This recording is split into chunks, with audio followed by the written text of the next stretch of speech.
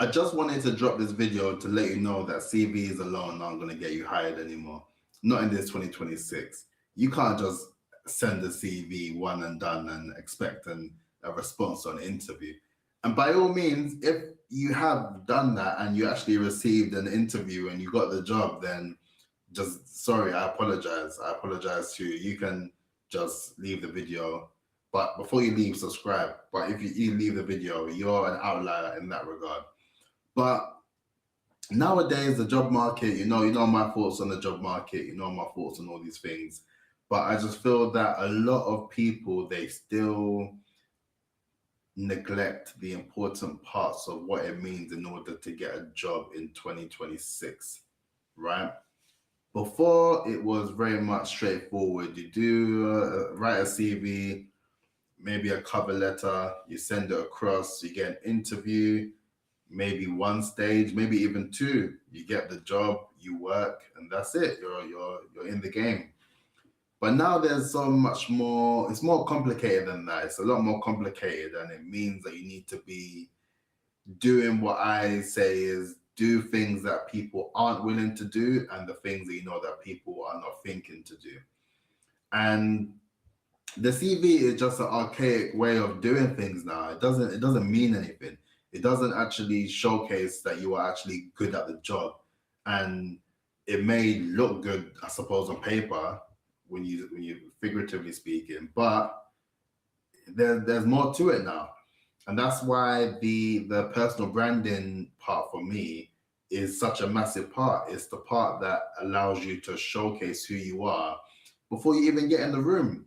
And I suppose at a time, a couple years back, when I was applying for roles, I knew exactly what I had to do to get the job. It was a no-brainer because I spent a lot of time building my sort of personal brand and my platform and just my portfolio and all those things that really reinforces why I'm the best person for the job or the best person for the role.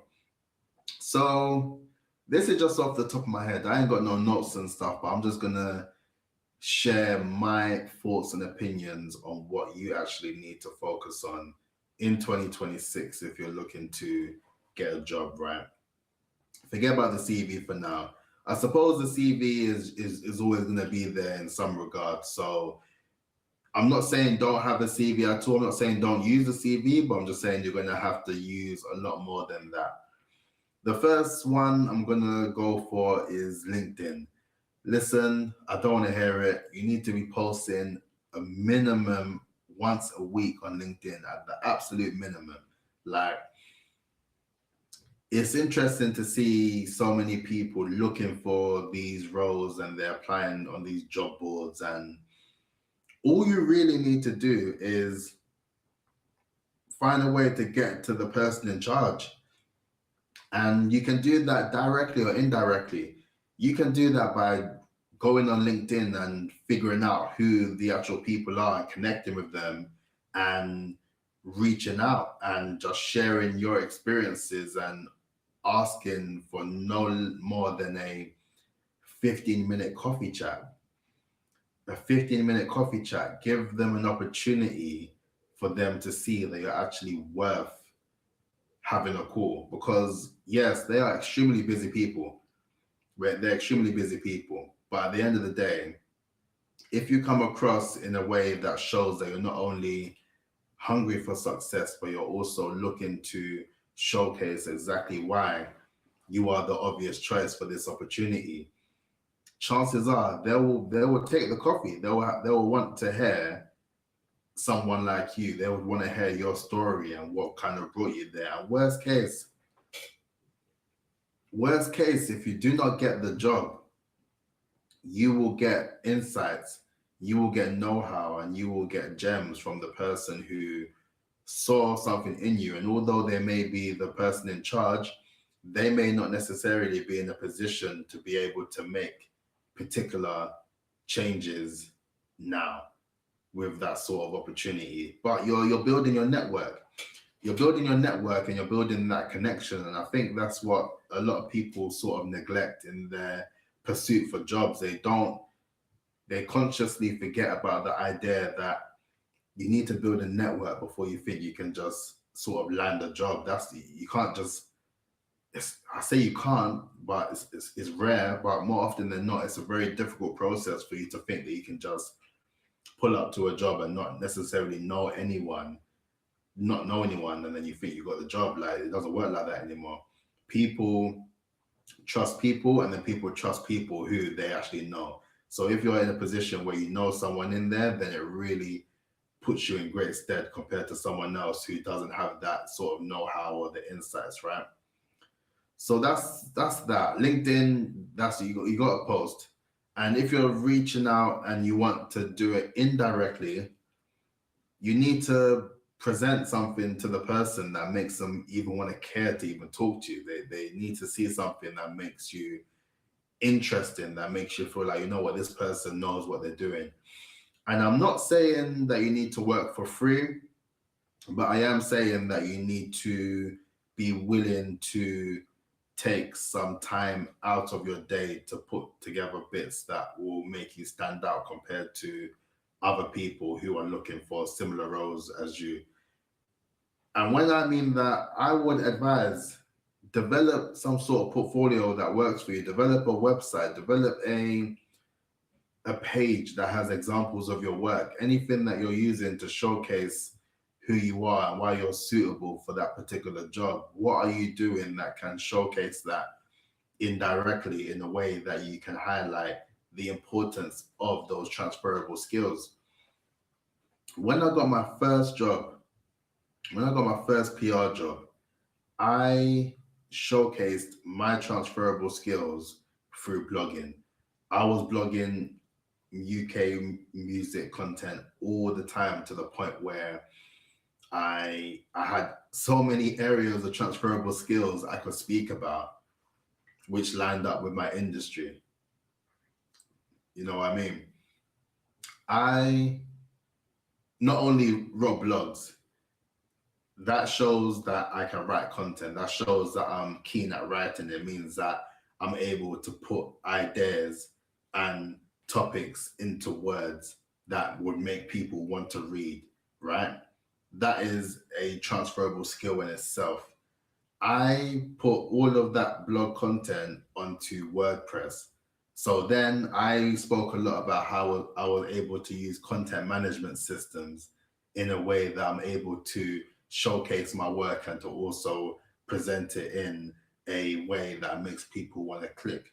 Because let's face it, nowadays people are looking at click-through rates, people are looking at the dwell time based on how long you've been on a website. And that goes on to the next point. From that, I was able to then say that I knew the back end of the data, the analytics that were involved, in order for me to then have an understanding of what content works, what content doesn't, how I should be able to tweak this, how I can make iterations to showcase that. That was another transferable skill. And through doing that, and whilst I was in the process of producing more content, the name of the blog, you can find it on Google. You can find my name, you can search my name, and then you can see my name aligned with my blog.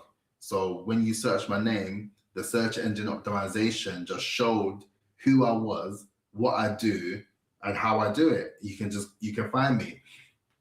I had interviews where I got the job just off the back of looking at the person dead in the face like this and saying, if you Google my name, you'll be able to find all my content. Who is saying that at that age when I was younger? No one's saying that, because they didn't think to build something that was effectively bigger than them that they can use to showcase and shout about all their expertise and skills that they've learned throughout that time. And that takes time. It's not something that you can do within a week and then all of a sudden that you're able to build on all those expertise. It may take a year or so. And I understand in this era, in this day and age, we all want it now. We want that instant gratification. But if you're trying to thrive in this world and you're trying to actually like have a fighting chance, so you need to focus on building something that can have the foundation set. We do not want the foundations to be rocky. We need it to be solid so we can flourish and we can grow from the position that we have ourselves in. So that's the one other area that you need to focus on, right? And ultimately, it has to go back to the personal branding part of things. You need to start posting content to showcase who you are. You need to showcase that to the point where you can then align yourself with other people within the industry. You need to be presented into the trade magazines, the trade publications of your industry. You need to know the editors there. You need to know the people who work there so you can actually be immersed in the industry. You need to start going on Google Alerts, finding search terms for your industry, having them pop up every single day. And you need to pick out content and you need to post it on LinkedIn and share your expertise and share your thoughts on your process as to why this is particularly interesting for your industry. I recently done a reaction to Reddit being now bigger than TikTok in the UK. I came across that from going on my Google Alerts and just scanning through for news articles and just topics that I can cover as well. And that was something that was relatable and it was timely and it was topical. You want to be deemed as someone that knows exactly what's happening in your industry and you're able to actually identify things that are happening in real time. You don't want to be in a situation where you have an opportunity for an interview and you get in there and they're asking you about a topic in your industry that you should know about. And you're just like, huh? What's that? Come on, man. Come on. We got to do better. The CV is only the stepping stone in terms of what you need to be doing. Everything else comes down to growth mindset, personal development, personal branding, marketing, all that sort of stuff. PR. You need to embody all of those things in order to be seen as the obvious choice for future opportunities. And it doesn't even need to be future opportunities for your first job, but future opportunities for life, because people want to know who you are. They want to know who can vouch for you. They want to know not only how visible you are, but how credible you are. And through you going through those motions and going through the process of developing over time, you will be in a position where people it will be impossible to say no. One of the jobs, I knew I was going to get a job. It was a no-brainer. The way that I aligned it and the way that I presented myself, all it took was for the person in question that was doing the hiring to go on my LinkedIn. And then when I saw that they viewed my profile, it was a done deal. I got the job. The whole point is you need to think smarter. You need to think more intentionally. You need to be thinking and be more focused on the long-term impacts of the stuff that you're doing. The CV does not evoke long-term. All the other stuff that I mentioned evokes long-term. The consistent posting on LinkedIn, connecting with people on LinkedIn and making sure that you actually start communication, start having those conversations, start putting yourself out there, start showcasing why you're the obvious choice through the work that you're able to provide and the work that you're able to share, to be in a position where you can comfortably and confidently say to people, Google my name and you'll see everything there is you need to know about me. All my content is there. My website is there. I own my website, my domains. You have your domain pattern. You have your name organized. You have ownership of your name as far as domains are concerned. You know what I mean? All those things are the things that you need to bear in mind and you need to focus on if you're really trying to step ahead and move forward in 2026 in order to not even just find employment, but to align with a job that makes the most sense for you. I know the times are rough right now. The job market just continues to show itself. But it's in your best interest to really think about the ways that you can showcase your work in a way that makes you both memorable and makes you someone that is worth remembering, right? So I thought I had to go and just drop some gems. I had to give Unc vibes right now and just share some insights to help you all if you are looking for employment or any of those things as well. I suppose with me speaking, I was speaking more directly to sort of the younger audience listening in and tuning in with my content. But ultimately, I think this applies to absolutely everyone as well. And you need to be responsible for your future and you need to be responsible for your life. And even if it means you need to start posting content in order for you to stand out compared to your competitors or your peers, you need to stop playing games, man. We ain't got enough time. We ain't got enough time. And even if it goes far as saying that you need to start making daily content, it may seem extreme, it may seem crazy, it may seem delusional. Like, why am I doing all of that to get that? But you're not doing all of this to just get that. You're doing all of this to solidify yourself for opportunities that are way, way, way, way, way further than what you anticipated or what you imagined.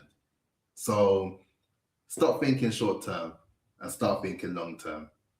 Please like, comment, subscribe, and I'll catch you tomorrow. Peace out. Look after yourself.